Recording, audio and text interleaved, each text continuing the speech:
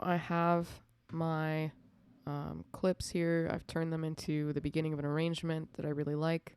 And I want to start adding some effects to this. Specifically, this tutorial is for an EQ sweep, automating an EQ sweep. But you can use this information to automate pretty much any parameter in Ableton. But first, let's start with an EQ sweep. And I want to create some sort of filter sound. So I'm going to go to my audio effects, to my EQ here, and I'm going to go with EQ8, which is my favorite in Ableton because I can see exactly what are the frequencies that I'm going to be manipulating. For example, let me press play. And I'm going to solo this track by pressing S, and I'm going to loop it right here. And I want to mess with this section, this information right here. Oops, I put this on the wrong track. Okay. So we can see that if I make changes up here, nothing really happens.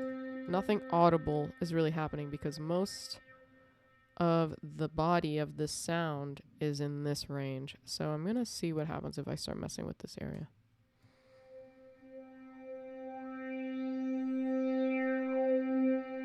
It's kind of excessively loud.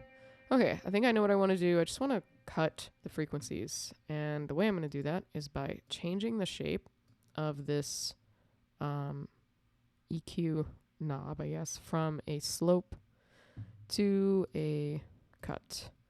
And that means everything to the left of this, I'm not able to hear. So it's a high pass filter, I guess. Okay, here we go.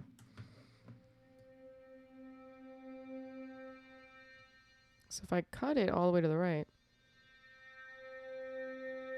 and bring it back down, it's like almost like lowering the volume and then increasing it again. So great, I want to record that. How do I do that?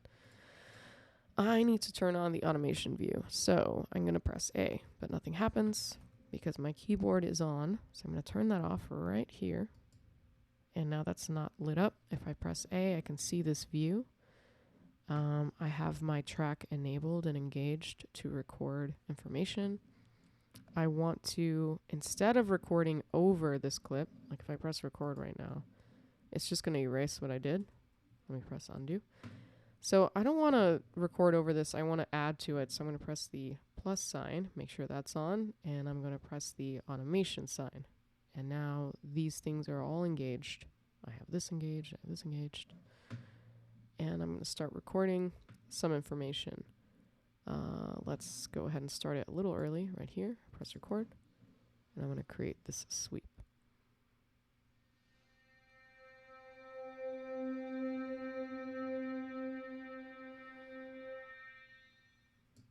Okay. Oops. I also shouldn't have looped it. Let me try that again.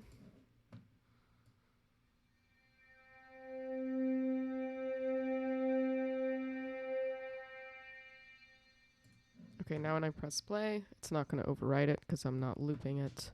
And let's listen to what I did. I'm going to press A, turn off automation. So the information is just stored in there now. And let's see what happens. Let me unsolo it. Let's see if our automation stays. And I'm going to look by just looking down here and seeing if this does anything. Oh, it's moving. So it captured the information right there.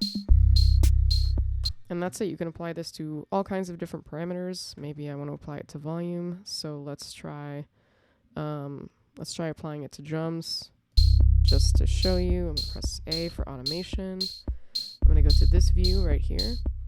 This is my volume knob. I'm going to press record.